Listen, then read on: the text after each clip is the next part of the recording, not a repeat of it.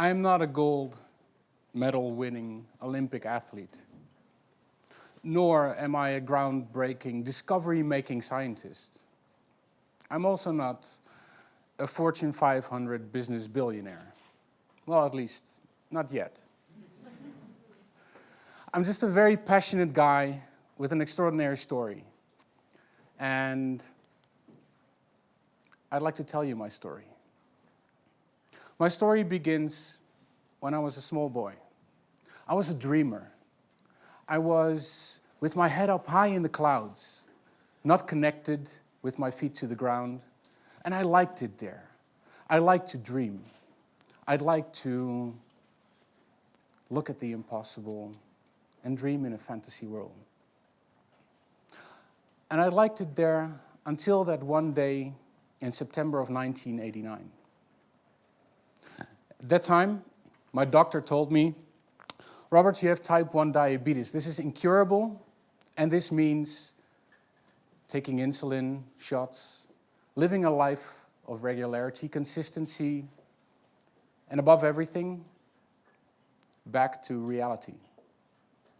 So over the course of the next few years, I learned, or I had to face, this reality. I grew into my teenage years and on high school like everybody else. I was a rebel, going against the grain and going my own way. But even high school didn't make it for me. I dropped out of high school and I started working. And by the time I was nearly 21, I wasn't satisfied.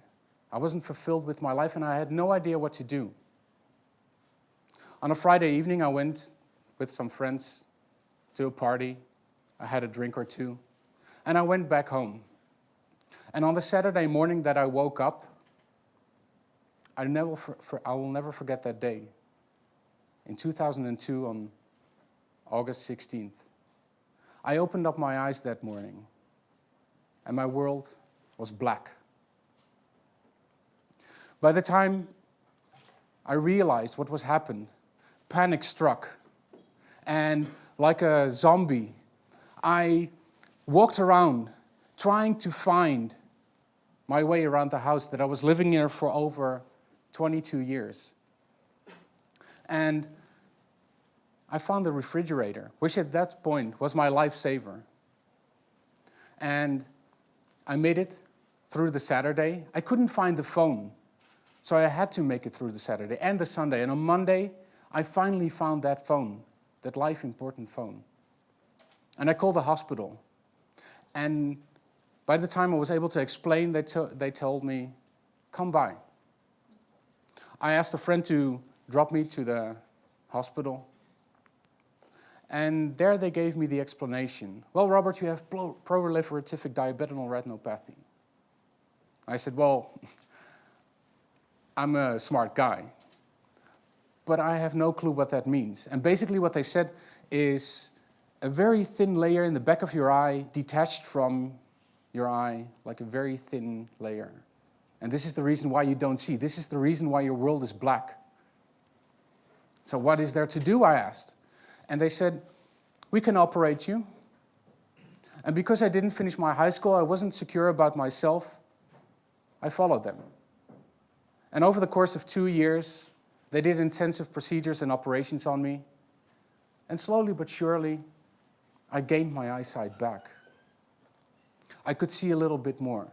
But every operation and every procedure that I got, I saw a little bit less. And so it was very hard for me to live the life that I wanted, let alone understand the life that I wanted to live. And so at one point, after these 2 years, I hit rock bottom. I became depressed. I made up the bill. And the bill for me was, I have no job, which means I have no income. I have no good health. I have no relationship, no money. I have no eyesight, so I have no future. What to do? By the time I realized what to do, I got to hear a quote by a friend of mine. And he told me the following. He said, people most change when the pain of remaining in the same situation becomes greater than the fear of changing itself. And for me, that was absolutely true. I had to change because being depressed, that was horrible. Having no eyesight, that was even worse. So, what to do? And by accident or coincidence, if you believe in that, I stumbled upon a course on personal development. And I followed that course. It actually made me feel a little bit better. So I thought, okay, let's go to the next one. And the next one. And over the course of 2 years and some months, I went into several personal development courses and trainings. I got my bachelor's and my master's in a science called neuro-linguistic programming. And I learned how to deal with the lack of eyesight. I learned to overcome my depression. And I started to learn how to envision my life again. So, what is there to do? I thought. Even though I don't have a high school diploma, I still wanted to go further. I still wanted to study. I still wanted to explore the impossible. And so I did a study. I did a study called Human Resources Management. And I thought, this is nice, because for me, it allows me to do the human part, but also the business part. And it allows me to explore what is there for me within my potential. And I did that course in 4 years. From 2005 to 2009, it went great. I got a lot of support from all the people that were willing to help me out and to give me a chance to discover my potential, to awaken the possibilities, and to see how much further I could stretch my comfort zone. This was very nice, and I loved it. But there was one problem. Even though I was lacking the eyesight, the core cause of it all, my diabetes, was still there. And so, at one point, my doctor told me, Robert, also your kidneys are failing. And within a few months, you will have to face kidney dialysis. And for me, understanding what that meant, being stuck on a machine 3 times a week for 4 hours every time, it meant lack of freedom. And I learned throughout the past years before the following formula. And this formula I hold still true today. Now you may wonder, what does this mean? E plus R equals O? Well, let me tell you. It stands for the events plus your response to it equals your outcome. Even though I was facing kidney dialysis, I still wanted to investigate, explore, and experience what is there for me to do. I knew it was inevitable. I knew I had to face it at one time.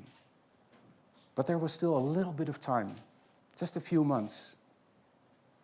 And having the lack of freedom, which I connected to kidney dialysis, I chose to do the opposite and to live the ultimate freedom. And for me, the ultimate freedom was walking a pilgrimage called Santiago de Compostela. And for those of you who know, Santiago is a pilgrimage of 600 miles or 1,000 kilometers, and it's heavy. I didn't practice because I didn't have the time. So I took my backpack, 25 kilos, stuffed it with everything and nothing of importance, even my laptop. And I just started walking from the southern part of France up to the Mount Pyrenees, over the Pyrenees, into Spain. And on the first day, I remember it very well, I just walked 1% of this 800-kilometer, at that point, journey. And I thought, if this is going to last for another 99%, I will be sure that I will not make it. But I asked myself a critical question. Why am I doing this? What is my motivation for walking this pilgrimage? And I connected it to this feeling of freedom, this ultimate freedom that I wanted to live. And so it gave me the motivation, it gave me the power to face this impossible journey. And over the following 6 weeks, I walked that 600-mile or 1,000-kilometer pilgrimage. And along its way, I wrote a book about it. Upon coming home, I had to face this kidney dialysis. But something within me changed. And what changed was the following, that even though circumstances may seem to determine your outcome, it's your belief that is most important. So whether you think you can or you think you cannot, you're always right. And so I faced kidney dialysis. In that same year of 2010, when I was dealing with kidney dialysis, I started my own company. I graduated from 2 studies, among which one university study. I wrote and published my book, just to name a couple of examples of reaching the goals that I wanted to have. And I knew that there's much more within me. I wanted to set a new goal. And this goal was even more impossible, even bigger than the previous one. So in 2010, while I was still on kidney dialysis, I thought, what is also impossible for me to do? And I figured it. Let's run a marathon. And not just some marathon. No, let's run the marathon. New York. So I practiced. But unfortunately, in that same year, I was too late in subscribing. This was my attempt number 1. 2 years later, I wanted to do it again. In 2012, I practiced a lot, and I really went for it. With all the passion and all the motivation and all the enthusiasm and the belief that I could do it, I wanted to make it happen. Until I got a phone call from my doctor again. And my doctor this time called me up and he said, "Well, Robert, how are you doing?" I said, "I'm doing great. I'm feeling wonderful, even though kidney dialysis, even though diabetes, even though the lack of eyesight, I'm doing great." And he said, "Wonderful.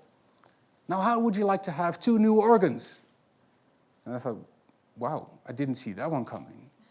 And for a short time, I made up the balance. Marathon, double organ transplant, marathon. And of course I made the wisest decision. I went for the double organ transplant. And I can tell you, it was heavy. It was very heavy. It took me over a year to recuperate. But I always kept that formula in the back of my head. The event does not determine your outcome. It's always how you respond to that event. So in 2013, I recuperated. And I slowly but surely started to practice and train a little bit more. And with the belief that I could do it, I planned my journey to do the marathon. When 2014 came, this was my 3rd attempt now, I thought to myself, okay, now it has to be done. Now I have to surely make it. And so I subscribed. I got in, I got accepted. And on the coldest day ever recorded in that year in New York, with a temperature that felt like -5, and an Arctic wind breezing down my spine, I ran that marathon. And I finished it. And when I finished it, even though there were only 2 thoughts running through my head, 1, I want something warm. 2, I just want to have a bed. There was a 3rd thought running through my head, and that is, yes, I did it. You can do anything that you put your mind into. I'll leave you with a last quote. And before I do that, I just want to say that even though my eyesight is getting dimmer, my vision upon life has never been greater. So envisioning the impossible and awakening the possibilities, it allows you to do anything. And in my opinion, one of the most famous and greatest boxers of all time, once said, "Impossible is just a big word thrown around by small men who rather live in the world they've been given than to explore the power they have to change it." Impossible is not a fact, it's an opinion. Impossible is not a declaration, it's a dare. Impossible is potential. Impossible is temporary. And above all, impossible, it's nothing. So whether you want to be a gold medal winning Olympic athlete, a groundbreaking, discovery-making scientist, or a Fortune 500 business billionaire, or anything else in your life, you hold the power within that to determine your own reality, to envision the impossible, and to make it come true. Thank you very much.